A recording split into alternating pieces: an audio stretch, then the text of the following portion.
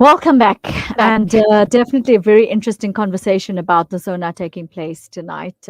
As we know, everybody waiting in anticipation to, of course, hear how the president is going to move the country forward in many directions as far as different aspects are concerned. And I think the two big ones, as we said earlier, was ASCOM and Rand Water, to see how we can get that going in a better way, how we can get more efficient ways of them working to be able to solve the problems. Talking about getting, finding necessary solutions, there's always a way to look at something through narrative. And I always believe that narrative entices us into so many different spaces and places. And I use this word every week because I think it's so important for us to realize that our mindset as what is the most important thing. And if our mindset is correct, then obviously moving and overcoming those challenges are easier. And this anthology has been, something that I've really looked forward to every single week without fail, due to the fact that, when you talk about taking a taxi through Mzansi, painting the picture, it already shows you that. When you think of sitting in a taxi and taking a ride on that taxi through Mzansi, it paints so many different pictures. Just the anthology, the title itself says so much. It gets you thinking about, what are you going to expect, what are you going to see, what are you going to experience, what sort of journey are you going to go on. And this is what these authors have been doing for us every single week without fail, is painting that picture to say, how am I going to change, bring relative topics to the fore that we as, I don't even know if we should call it Mzansians. I'm going to give it a new name today. But, you know, getting on this taxi, talking about a relative topic and what it means, and enticing us and giving us that hope to say that, firstly, you're not alone. Secondly, the topic is relative to so many out there, trying to educate and entice us to be able to see the positive as opposed to the negative in many things that we experience in our lives. And I think this particular anthology is something that you really need to get your hands on, because when you read some of these stories and the synopsis that I've received over these past couple of weeks, it has taught me so many different things from so many different versions, from the diversity to the morals and principles, the situations, the challenges, and of course how to overcome it in many directions whatsoever. So today we are going to be speaking to two phenomenal people. Zada Docrat, let me just tell you a little bit about her. She's she told me, as I spoke to her, she accidentally stumbled across Media Inc.'s call for submissions, which I find so interesting, because I think it's realized that there's a calling for her to write something and give something phenomenal back. And for us to, I think her story speaks, and her contribution is massively to the cultural diversity that makes us our nation so unique. Because of course we're so many people coming together, and this rainbow nation.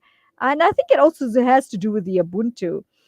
She recalls memories of doing many different things, and getting nostalgic about it, but finding comfort in those memories through the difficult times, I think, which is so pertinent and interesting. And her story is very different. Let me tell you, it brings about the typical Indian family, the reminiscence over her childhood memories, and of course the nuances that are indicative of the inherent pattern that our lives follow.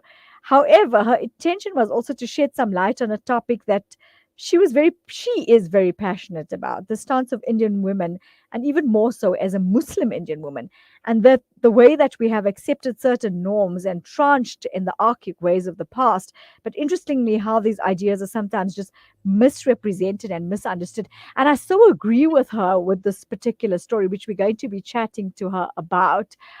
So let me just see, is Zara on the line? Assalamu alaikum wa rahmatullahi wa barakatuh. Thank you so much for joining me on the show this morning. Zara, are you there? we seem to be having a bit of a connection problem with Zada. It looks like we're having a bad signal from her side. We're going to try her again. But, as I was saying, her story is phenomenal. And over the weeks, we spoke about so many different things about that. And I also want to speak to you about Jaan, but we're going to get to Jaan shortly. Um, Talking about identities and what's entrenched in us, and last week I spoke about something really relatively important, is taking the principles and morals from yesteryear and bringing it into this generation without having to change the identity of this particular generation, because as we know, this one is this particular generation is a different one. It's one that sees things from a different perspective to what our ancestors seen in the yesteryears and what we see. So it's having to try and create that sync. But with that sync, in creating a really amazing space in life where we work together and try and just you know, should we say, find our way and help each other move forward. And I think spinal cords is something that, and support structures is what I've learned from this anthology as well. It's about reaching out to each other, building each other up, and creating that spaces in each community where we work in unison to help each other overcome many a different issues that we face on a regular basis. So let's see if we can hook into um, our is our author online? Okay, let's see. Assalamu alaikum wa rahmatullahi wa barakatuh. Zada, warm welcome to you this morning. Thank you very much. And how are you? Hi, Jaan. I see we have you on the line. I need Yeah, to, you of have me course. on the line. I'm not sure you were expecting today. I was wondering, they say the save the last for best, nothing against Zada, but I'm glad to have you on the line. And I was just, as I was talking earlier, I think, this particular anthology is so absolutely phenomenal, but I want to talk a little bit about you. So I know you love traveling, you've been living in different parts of the world. You say the experiences it enhances our similarities and makes our differences seem consequential. Currently, you're living in South Africa, and of course, I know you're a nature lover. And whilst you were living in Knysna, you also, found your voice and started writing, which I think is absolutely phenomenal. You've written so many books. One of them, Angry Tears, and Do You Dream in Color? And in 2018, you also wrote a short story, The Face of an Angel, in the anthology Ethereal. So, a warm welcome. Firstly, a hearty congratulations for many of those accolades for through narrative enticing us to be able to look at ourselves in different lights and of course find our positive mindset. So thank you for that. We want to of course accolade you on those particular achievements. Thank you very much. Thank you. So talk to us about your version of I know you were the reviewer for Taxi Through Mzansi, and talk to us about the experience and what it meant for you catching up with the authors. I think it's an absolutely phenomenal anthology, as you heard me speaking earlier. For me, throughout these past couple of weeks with the series, it's enticed me into so many different, should we say, spaces of thinking about certain things that the author was bringing to the fore, which I thought was phenomenal. And I entice our viewers every week to get their hands on this book, because this book speaks many words in many directions and teaches us as Mzansians, as I say, to get enticed into building up. Absolutely. The thing that I love about being a reviewer is you get a glimpse into the author's lives. And in this case, because it's an anthology, I was lucky enough to get a glimpse into many authors' lives and their stories.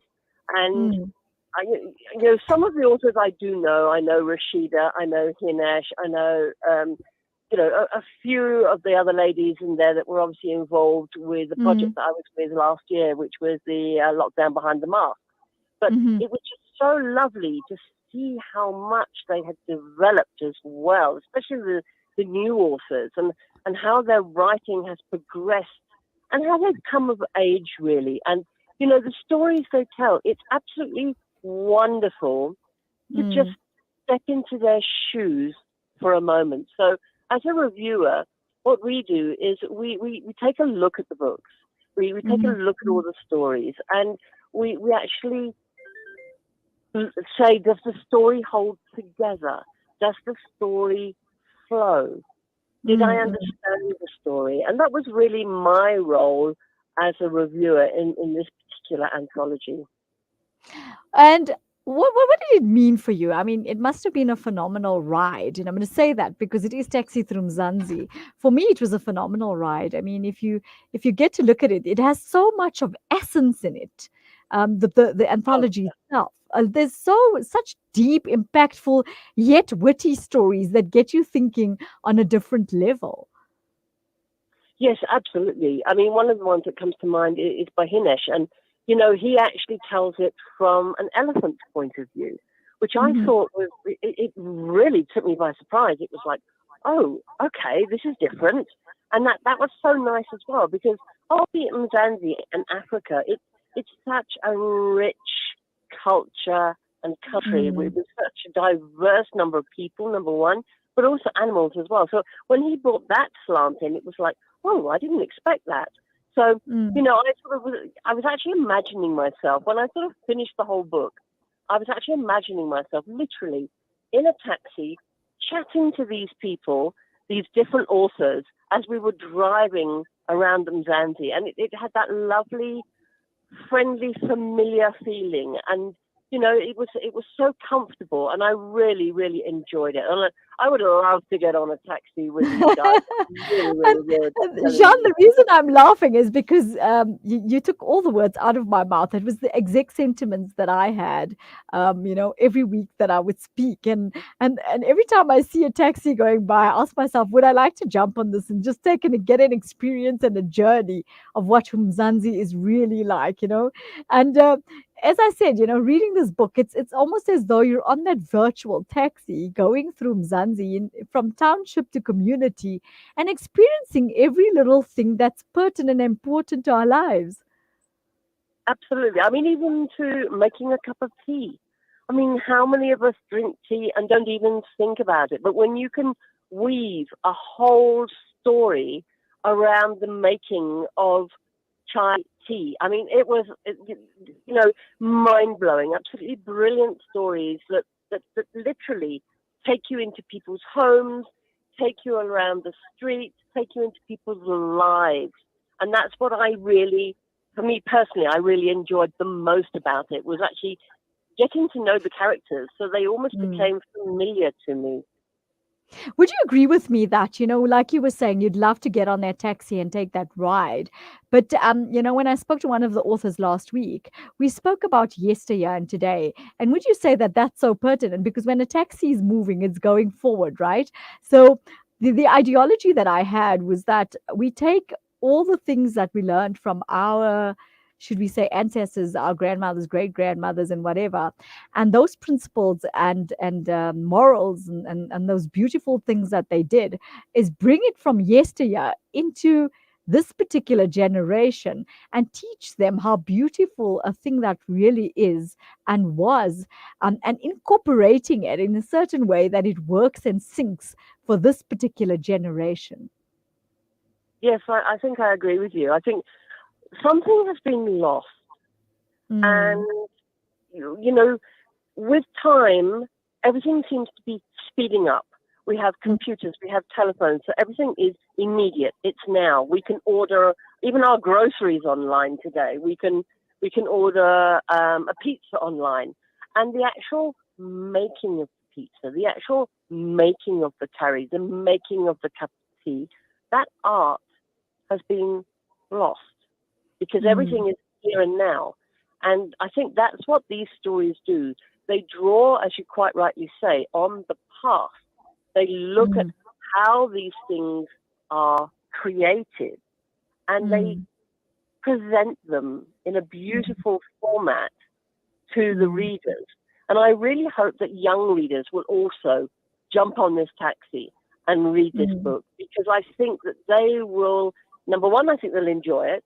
But number two, mm, I think they will also learn from it. And if anything, mm, it teaches you maybe just slow down, take a breath, mm. talk to your grandparents, talk to your parents, and don't forget all the beautiful things that have happened, all the It's beautiful ways that we do things. Mm. But It's then amazing how we think on don't this parallel forget. line because I was just going to say that, when you think about this taxi ride and you think of the taxi going through a township, um, it's amazing how the vibe is so different to another suburb. People are outdoors, sitting on their stoops, trying to connect with others, communicate. So what we're saying is there's absolutely nothing wrong with using modern technology, but let's not forget about the communication and the connection and the reconnection. And I know COVID has taken that away as well in some instance due to the fact that we couldn't move around very much. But as things are unwinding, it's such a nice space to be able to do that reconnection, the retrospection, and the reflection once again. And I think that reconnection is what matters. And in the yesteryears, if you look at the way our grandparents lived, it was so much of fun. We always reminisce and go back towards it to say, wow, we had such a fun time because we would sit down and chat to the neighbor, get to know them better, try and find a common ground where we could, and irrespective, if some of the places, people came from all walks of life, but yet lived in unison, and there was so much of love at that point in time.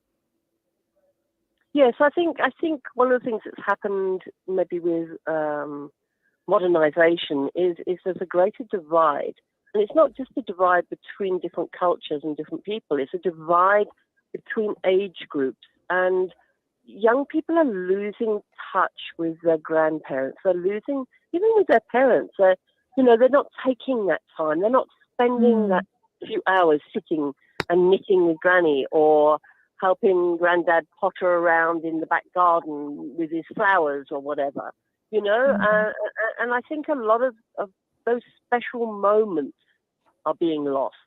And also reading. And I think that's actually one thing COVID did do, and in a positive mm, way. mm, It, it mm. actually got people reading again. A lot of people started picking up books because they suddenly found they had a huge That's amount of true. time. And there's only so Mm. much television you can watch, let's be honest. Then you get to the point where you think, I've had enough of this. And people Sure. started reading. And I think that's where I really hope people will go out and buy this book, because I think it Mm, will take them into different worlds, maybe that have been forgotten for them, and it will just mhm, remind them maybe of things that maybe stories their mum and dad did tell them or their grandparents have spoken to them about, or maybe it will mm, encourage them to go next door and knock on the door and speak to the neighbour or whatever. mm. So please, people go out and buy this book. It's a beautifully written anthology. There are wonderful stories in there. There is something for everybody. So if you don't connect with one story, read the next one, because there is definitely a connection there for everyone. Cool. That I so agree with you there. Let's go to Zara. Now, Zara, are you on the line? I am. Welcome. Thank you so much for joining us on the show. We're so looking forward to discussing your story with our viewers today because I think it's something they are going to relate to. But firstly, I'd like to accolade you as well on such phenomenal work that all you authors have done with regard to this anthology. I absolutely enjoy every single segment every week that I've been speaking to every author. So as I say, you're a phenomenal human being. You've done so many things, and which I read out earlier to our viewers. But tell us quickly a little bit about yourself, and then, of course, what enticed you into writing this particular, should we say, aspect of your life about the stance of an Indian and Muslim woman, and of course the norms that are entrenched, and how to deal with it going forward. Yes.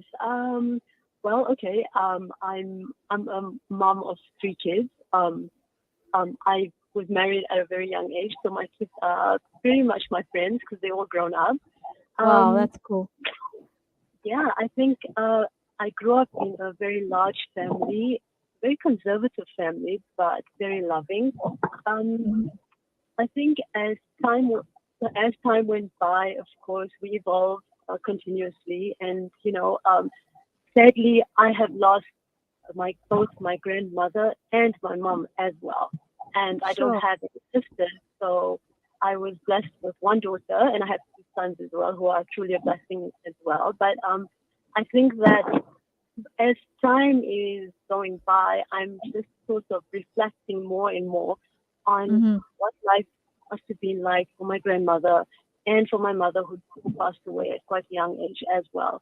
And I feel that there's just so much that we should have celebrated about them that we didn't, and that's what I feel is so important to pass on to my daughter and hopefully to as many other Indian, especially Muslim women, because there are certain norms, that society kind of places on us, and I think there are certain barriers that we need to sort of break and just make a few changes.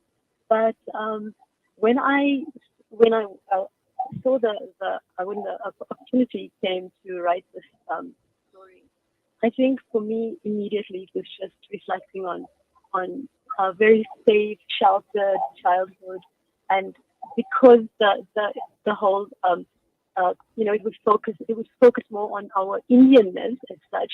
I considered my story before it became more about our South Africanness.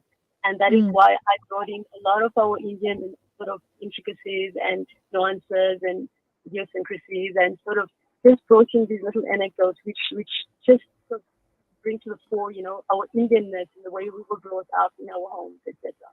But as I read the stories from all the other phenomenal writers, it just, I think each of us resonates with one or the other, and that we can identify, and there's a common thread that runs through, South Africanness, Indianness all together.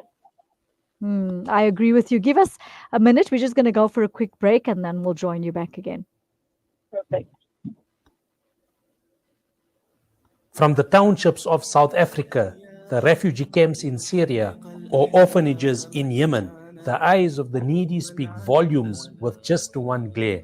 We know what it's like to be at ground zero, with food essentials, clothing and blankets, fresh water portal trucks, and even on-site navigators. We use every cent to better their tomorrow. Become part of our journey to bring relief to all. Go to www.ashrafulaid.org or call us on 011-809-8181. Ashraful Aid, under the auspices of Maulana Suhail Wadi.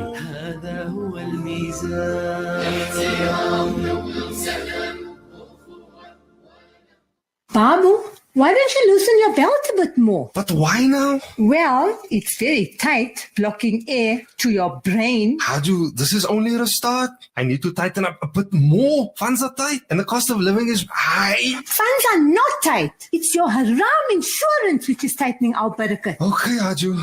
I will call my insurance friend tomorrow. Maybe I must tighten up on my cooking from now on too. No, Haju, we don't need to tighten up. It's okay. Look, I'm even throwing away my belt. Don't tighten your belt. Change your insurance. Leaving Riba Insurance is easier than you think. Call Amana IFS for all your personal and commercial takaful needs. 0861 786 393. Amana. Leave Riba for good. Amana IFS is a registered financial services provider. Your act of love gives hope. Islamic Relief supports orphans and vulnerable children in 28 countries with food, education, and medical care. There are more than 150 million orphans in the world. You can give hope to one. Sponsor an orphan today. Go to www.islamic-relief.org.za.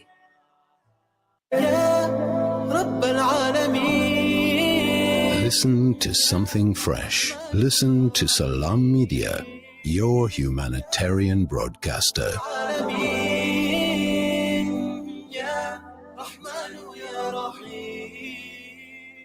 What makes Randery Jewelers the optimum place for your memorable gift? Is it our range of exclusive, high-end, luxurious jewellery? Or is it our master craftsmanship of all your bespoke jewellery needs? We believe it's because at Randery Jewelers, we know just how to make your special moments last forever. Whether it's for a wedding, anniversary, or just a simple gift to show your love, trust Randery Jewelers to make it special. www.randeryjewelers.com. Make your moments last forever with Randery Jewelers, the family name you can trust. Little bare feet on the icy wet ground, a shiver at his lips, mud on his clothes. When he is cold, the hunger is worse, the nights are longer, and the pain is more severe. What if this was your child? The Al-Imdad Foundation's Global Winter Appeal allows you to make a difference for refugees, IDPs, and struggling communities in 21 countries globally. Sponsor a winter pack today for just 600 Rand. Donate online at alimdad.com or call 0861 786 243. For a long time, we've lived in a centralized world where institutions held the all-important data and confirmed all transactions. Those times are over. Welcome to Libertas Group, a blockchain development company boasting an ecosystem that continually redefines the way we do business. Our blockchain is decentralized, making it immune to hacking or alteration, putting the power back in your hands with no middleman so you can focus on the growth of your business. Libertas, the simplest investment choice you'll make. Africa. Did you know a sponsored water well and borehole allows children to go back to school, empowers communities, and is a means of sadaqah jariyah? There are many villages in Africa and Afghanistan that are in need of water wells and boreholes. Sponsor a water well in Africa at 14,500 Rand, or a borehole in Africa and Afghanistan at 49,500 Rand. Call Africa Muslims Agency on 011 834 8685 or donate at Africa Muslims Agency. .co.za. Africa Muslims Agency, inspiring the spirit of giving.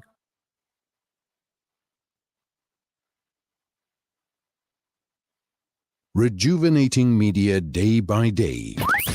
This is Salam Media.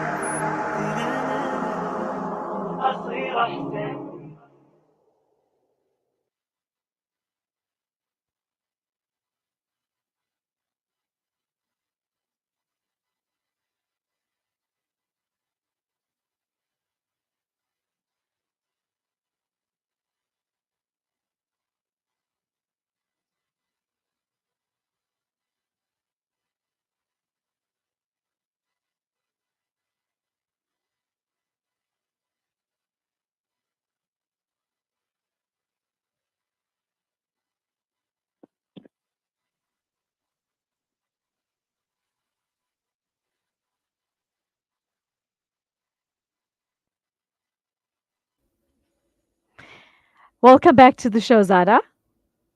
Thank you.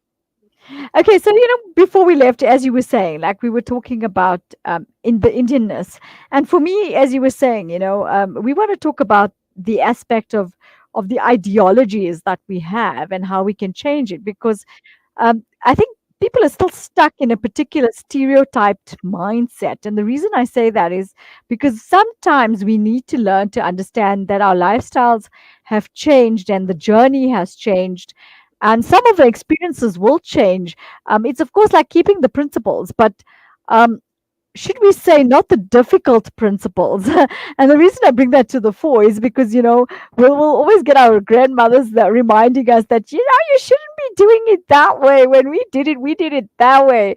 So it does get a bit difficult. How do you think we can find that nice little sync that you talk about and making people understand that things are a bit different and there should be some form of tolerance and understanding amongst each other in order to create a better sync, so that our communications and our levels of understanding change? Yeah, so everything that you speak about is precisely what I intended to bring forward in the story. Although I don't think I basically covered all the different dimensions, but I would like to Yeah.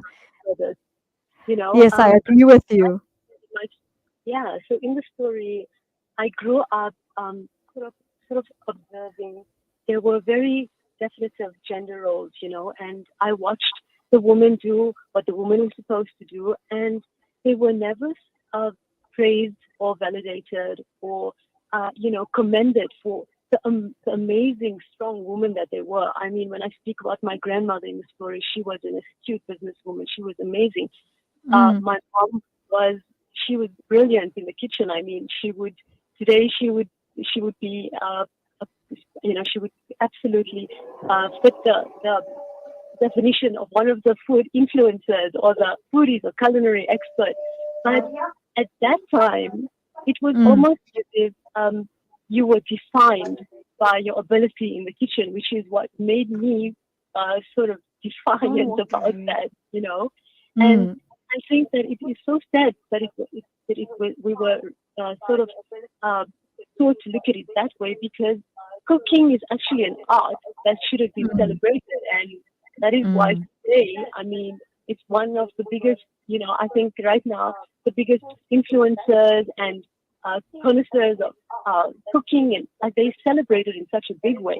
And it's so sad that our moms and aunts didn't actually get the same sort of, the same sort of accolades as the woman today.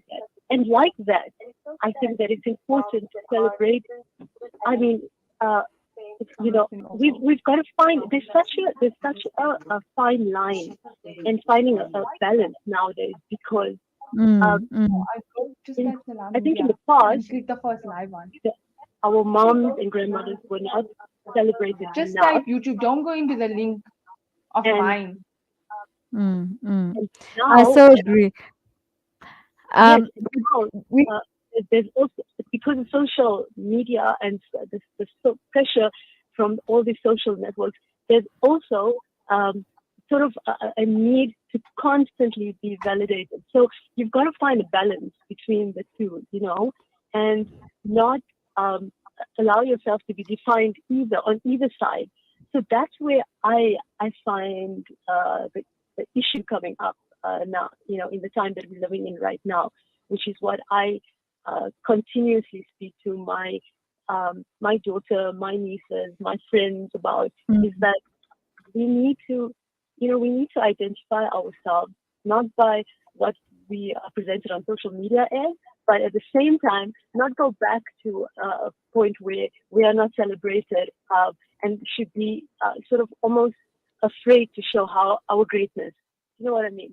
So there's got to be a balance between the two. You couldn't have said that better. I so agree with you with that particular aspect that you've brought up. It's such an important point to make people understand that times have changed and people have potentials, and we need to start tapping into that. And as I said, bring the yesteryear principles, but keep the generation going in a good way through those principles and enticing them to find themselves and find their potential and find their individualness and bring the best out in that. So you couldn't have said that better. Coming back to you, Jaan, what has this meant for you, being a part of such a phenomenal ride through Mzansi, which is, I think, taking a lot of traction through the show as well, where people are starting to relate to the many topics that we're bringing up through this anthology? Oh yeah, absolutely. I'm deeply honored, and I was so grateful to be a part of it. I really didn't even expect my story to be published because I think that I mean there are such phenomenal writers, and all the writers have accomplished so much, and I think that I am still getting to a point where I would probably consider myself anyway in the same bracket as they are. But having said that, when I've read the stories, I've just like I said earlier, there's just something in every single story, like your speaker before us said, that makes you realize that there are the little things that we sort of started taking for granted, and our South Africanness is something that we need to embrace. There's so much negativity right now around things that are happening in our country, unfortunately. But I think that we are such a unique nation, and I think that is one of one of the brilliant aspects of this book, because it just brings you once you read the stories, like you see, you can actually go through each story and find something that you identify with, that had happened at some point in your life or with someone you know, and it sort of just makes it feel like you're part of something bigger. Yeah, that's true. Jaan, your take on this? What do you think has stood out for you the most about this anthology? And as I said, I think it's a relationship builder. It's a bringer together. It's uh, a unique anthology that kind of builds communities and does so many things through different aspects that have been discussed. Yes, I think for me, it's a celebration of so many female writers, actually, which doesn't take anything away from the gentleman that wrote. But it's beautiful to see so many of the ladies actually coming forward with their stories, and we're able to celebrate and appreciate and enjoy those stories. So I think that's probably one of the greatest things that I'm drawing from it, and actually sort of being able to actually connect with those authors as well. As I said, I know many of them, and it's so lovely to always read their work, and to have that connection again. Because sometimes, we get wrapped up with what we're writing, or we get wrapped up with a particular author that we enjoy reading, and we tend to sort of neglect those that are around us. And right here in South Africa, as I said, right here, you have we have such wonderful talent in For South sure. Africa that needs to be celebrated. Most definitely. I so agree with you there. And many a times, this is why I say it's so important to get involved with narrative, because it entices you to think about the types of situations you're in and get you going on a better level. So, ladies, we seem to be running out of time. I want to thank you so much for joining me on this amazing ride and enticing us to, should we say, paint this picture of how we drive from township to suburb, from suburb to CBD to everywhere else, and get and start understanding each other. So I think this thing is also, in a way, is going to create a unison in some way, and that Ubuntu for us to be able to understand each other better. So thank you so much for joining me. I've absolutely enjoyed this anthology week in and week out, and I wish you nothing but the best going forward. And I so look forward to those next round of Mzansi stories. Thank you, Nafisa. Thank you so very much for having me on the show. It was delightful. Thank you. It was an absolute pleasure. I wish you all the best going forward. Have a lovely one. Take care. You too. Okay, so that was Taxi Through Mzansi, definitely taking us on, should we say, a very uplifting ride, an empowerment ride, a ride of many accolades and essences. So get your hands on it. It's something that if you don't get your hands on it, trust me, you're really missing out on getting enticed in many places. We're going to go for a quick break, and we'll be back with Samiha Ilahi.